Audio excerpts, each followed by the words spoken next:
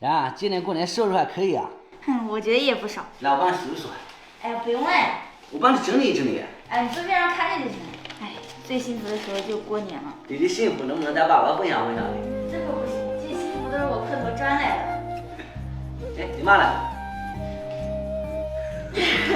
早有防备是吧？嫁贼难防。你看你这么多红包，都不知道谁给你的？知道哎，但分得清楚啊。这不仅仅是红包，也是长辈对你们的祝福。在新的一年健康快乐，学习更上一层楼。妈妈，这些钱你帮我存着。俺的小金库是越来越厚了。呀，要不今年红包我帮你包包吧？对呀，我怕你已经成富的了。怎么会呢？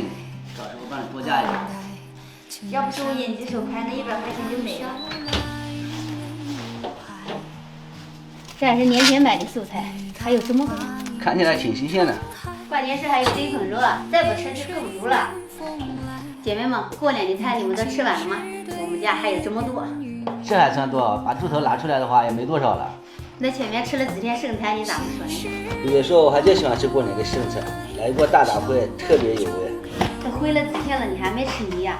还剩了半个小猪头，今天也把它给安排了，这个就交给我了。可以。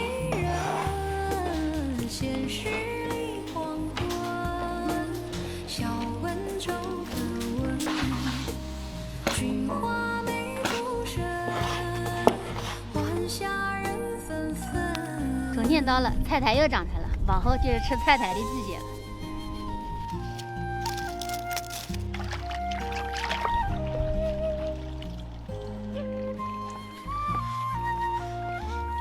他们好像不知道，走路有点费劲。你这是不长肉也费劲啊，走路。以前没有这么费劲。过年就我和我妈没长肉，你们都长肉了。我不长肉。我是光吃不长肉。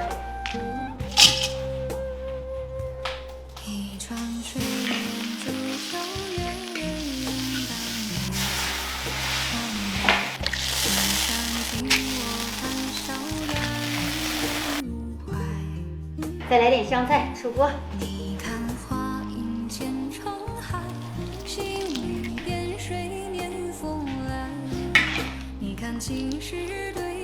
在外面你们能不能吃到这么实惠的牛肉粉丝汤？你想让老板贴连裤子都没有的穿是吧？下期就可以了。还是俺讲的对。姐，你的压岁钱给妈妈了没有？早都上交了。妈妈就是保管员，等你们以后就业了，小金库一个个都还给你们。拿给2块猪头肉啊？猪肉就免了吧，吃点粉丝，就这个走不动路了。你是不锻炼，早上往山上跑一跑。我在山下跑都费劲，叫我在山上跑。你还叫我妈锻炼，你怎么不往山上跑的？